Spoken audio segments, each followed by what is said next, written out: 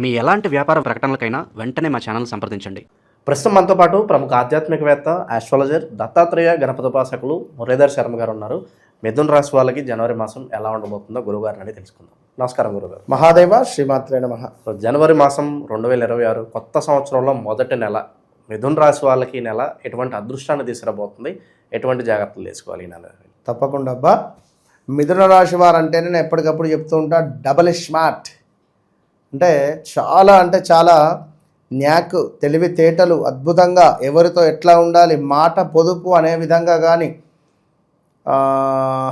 కొంత బంధువర్గాలను కాపాడుతూ ఒక 10 మంది ఉంటే అందులో వీరికి ఒక గొప్ప స్థాయి ఉంటుంది ఖచ్చితంగా కూడా.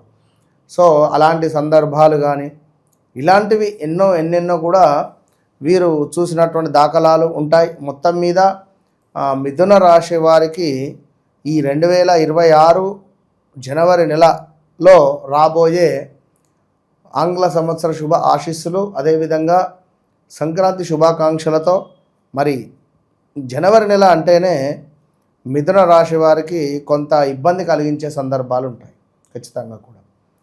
అది ఎందుకు అంటే తెలియకుండానే లైక్ గొడవలు ఏర్పడడం కానీ, కొంత అదేవిధంగా మొబైల్స్ ఏమైనా పగిలిపోవడం కానీ, పగలగొట్టేంత కోపం రావడం కానీ, చిరాకుగా ఉండడం కానీ, వారి యొక్క ఫ్రెండ్ రిలేటెడ్ వారితో ఏమైనా మనస్పర్ధలు రావడం కానీ, అదేవిధంగా కొంత విచారంగా శత్రువులపై ఏదో ఒక సాధించాలి అనేటువంటి విధంగా ఒక కసిగా వీరికి ఉంటుంది.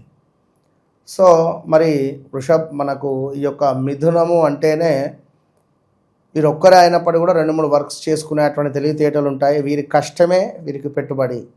వీరు అధికంగా పెట్టుబడి పెట్టాలి అని అనుకుంటే మాత్రం వీరికి సెట్ అయ్యేటువంటి కొన్ని అద్భుతమైనటువంటి కొన్ని మాత్రమే ఉంటాయి వ్యాపారాలు మిథున రాశి వారికి. ఉదాహరణకు ఇప్పుడు మనకు ఈ యొక్క చెట్లకు సంబంధించింది, అదేవిధంగా ఇంటిలో చెక్క పనులు అంటే ప్లైవుడ్స్ అంటే ఇంటీరియర్ డెకరేషన్ రిలేటెడ్ కానీ, కొంత మనకు ద్రవ పదార్థాలకు సంబంధించింది ఏదైనా కూడా దానికి సంబంధించింది వీరికి కొంత మంచిగా కలిసి వస్తుంది. మార్కెటింగ్, ఫైనాన్స్ రంగం కానీ, అదేవిధంగా స్టాక్ మార్కెట్ కానీ, కొంచెం వీరి జాతకంలో కనుక రాహువు శుక్రుని బలం కనుక తోడైతే, శనిదో రాహువుదో శుక్రువుదో బలం తోడైతే ఇక సూపర్. మొన్న కేరళలో లాటరీ వచ్చినటువంటి వారిది మిథున రాశి. కేరళలోనో ఎక్కడోనో వచ్చింది అది, నేను చూసా వాళ్ళ పేరు. సో ఆ విధంగా మిథున రాశి జాతకులకు ఎక్కువగా జాక్పాట్లు తగ్గుతుంది, మంచి జాక్పాట్లు ఉంటాయి. సో అందులో ఈ 2026లో కూడా జాక్పాట్ ఉంది. ఆ 2026లో జాక్పాట్ ఎప్పుడుంది అనేది మనం ఆ ఇయర్ చేసినటువంటి దానిలో ఆల్రెడీ చెప్పబడింది. సో ఇందులో కూడా ఉంటాయి, వారు ఒకసారి చెక్ చేసుకుంటే సరిపోతుంది.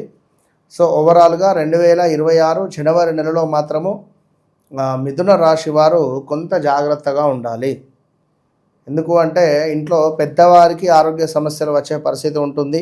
అదేవిధంగా స్త్రీమూర్తులకు కొంత మనకు గర్భ సంబంధిత ఇబ్బందులు వచ్చేటువంటి పరిస్థితి కూడా ఉంటుంది.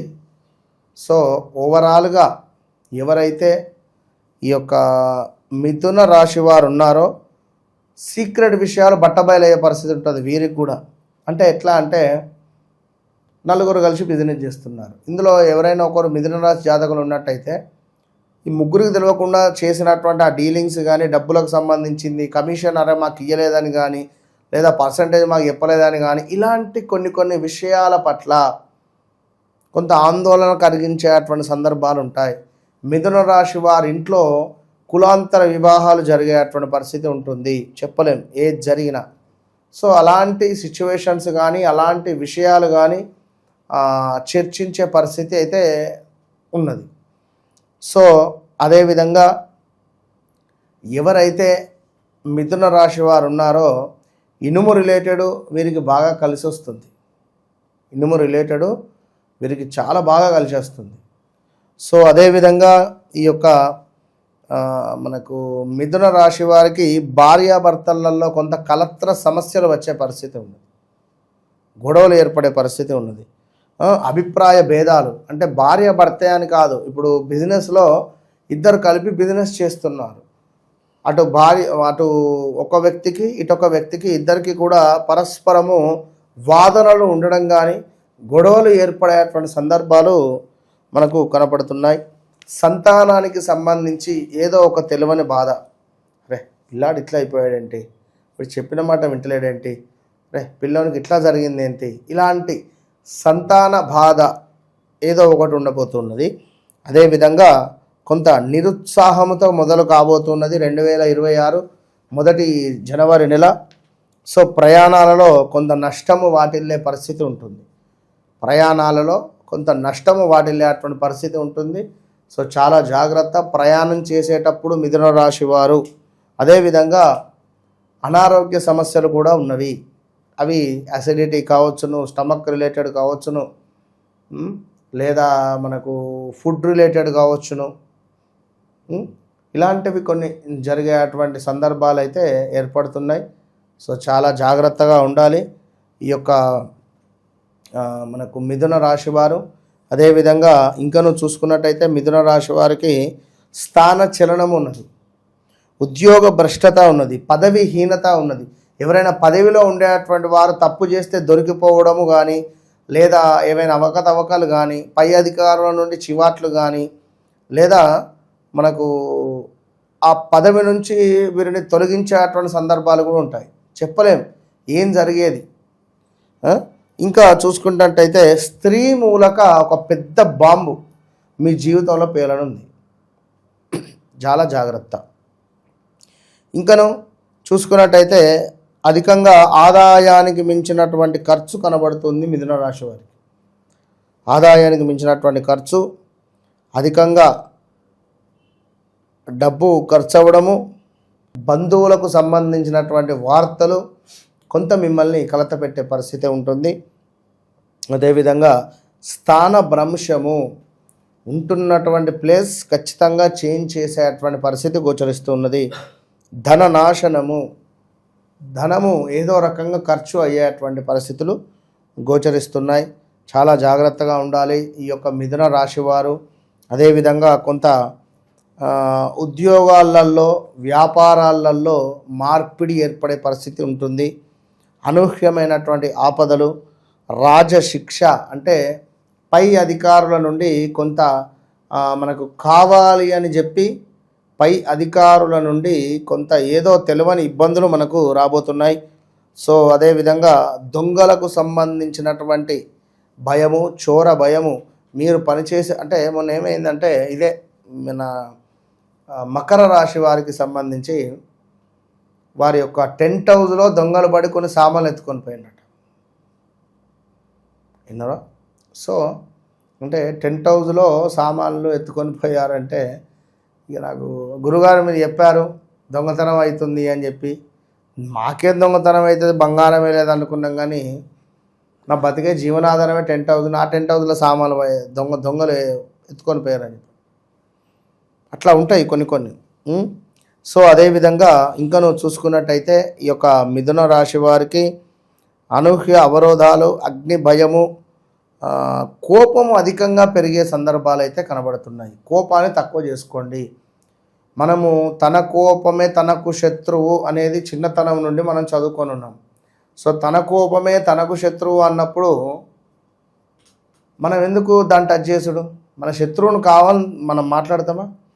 కనుక మనం ఎప్పుడైతే కోపానికి రాకుండా ప్రశాంతంగా ఉంటామో, ప్రశాంతంగా జీవిస్తామో, అప్పుడు అమ్మవారు మన చెంతకు వస్తుంది. ప్రశాంతత, చిరునవ్వు నవ్వుతూ జీవించడము, చిరునవ్వు నవ్వుతూ సమాధానం చెప్పడము. విన్నారా? త్రివిక్రమ్ గారు చెప్పారు ఒక ఆడియో ఫంక్షన్లో. ఒక వ్యక్తి ఉండేవాడట, ఉదయం లేస్తాడు, స్నానాది కార్యక్రమాలు చేసుకుంటాడు, ఇంటి ముందు కూర్చుంటాడు, పేపర్ చదువుతాడు, ఉదయం కాఫీ, మధ్యాహ్నం భోజనం చేసేవాడు, మళ్ళీ మధ్యాహ్నం ఏదో పేపర్ కానీ ఏదో మూవీ చూస్తూ అట్లా ఉన్నవాడు. మళ్ళా నైట్కు భోజనం చేసేవాడు, పడుకునేవాడట. ఇంతే కథ అయిపోయింది అని చెప్పిండు. అనుకున్నా. అంటే ఇలా బతకడం సాధ్యమా? అర్థమైందా? ఇలా బతకడం సాధ్యమా అంటే ఇక్కడివి అక్కడ విషయాలు, అక్కడి విషయాలు ఇక్కడ, ఒకరిపై చెప్పడాలు, మనం చేసే పని ఇంత, మనం చేసుకునేటువంటి పాపం ఇంత, ఇన్ని విషయాలు మనము చేసుకొని ఇందులో ఒక్క అర్చన చేయగానే అమ్మయ్య నా పని కావాలి చెప్పలేం కదా. ఏది జరిగేది ఎట్లా జరిగేది కనుక ప్రశాంతంగా ఉండేటువంటి ప్రయత్నం చేయాలి. మిథున రాశి వారు ఎస్పెషల్లీ వీరు అంటే ఇన్ని విషయాలు ఎందుకు అంటే మిథున రాశి, కానీ వారి వ్యవహారిక నామం చేంజ్ ఉన్నా, ఒకవేళ జన్మనామం చేంజ్ ఉన్నా మనం ఏం లేచేసేది. తప్పకుండా వ్యక్తిగత జాతకాన్ని చెక్ చేసుకోవాలి. వ్యక్తిగత జాతకాన్ని చెక్ చేసుకునే క్రమంలో ఏమైనా చేంజింగ్ మన జీవితంలో కనబడుతుంది. ఇప్పుడు చాలామందికి నేమ్ కరప్షన్ ఇచ్చాయి. ఇప్పుడు శ్రీనివాస్ ఉంది, స్పెల్లింగ్ చెప్పండి మీరు. SRINIVAS అంతే కదా. ఇప్పుడు నేనేమిటి అంటే కొంత SREENY పెడతా, వై పెట్టి శ్రీని WAS పెడతా అవసరమైతే. అంటే వారికి ఈ పేరు బలం బాగుంటే శ్రీ SR కూడా పెట్టవచ్చును. సో అంటే ఇది నేమ్ కరప్షన్. అంటే ఇదే మీది ఫైనల్ కాదు. నేను ఇచ్చిన నేమ్ కరప్షన్ ఏదైతే ఉందో దాన్ని మీరు రాసుకోవాలి. ఒక 54 సార్లు కానీ 108 సార్లు కానీ రాయాలి. సో ఇలా నేమ్ కరెక్షన్ ఇచ్చినటువంటి వారికి కూడా రిజల్ట్ రాలేదు కొందరికి. ఎందుకు? వారి లక్కీ నెంబర్ అనేది ఒకటి ఉంటుంది. ఆ లక్కీ నెంబర్ ప్రకారంగా నేమ్ కరప్షన్ ఇవ్వాలి, అప్పుడు బాగుంటుంది. సో ఏది ఏమైనప్పటికీ కూడా జాతకమే అల్టిమేట్. జాతకం అంటేనే అల్టిమేట్, అదే నిజం. కనుక అన్ని రకాలుగా మనం చూసుకొని ముందుకు వెళ్ళాలి. అంతే. ఓవరాల్గా ఈ రాశి వాళ్ళందరికీ జనవరి మాసం ఎట్లా ఉండబోతుందో అద్భుతంగా వివరించారు. ధన్యవాదాలు.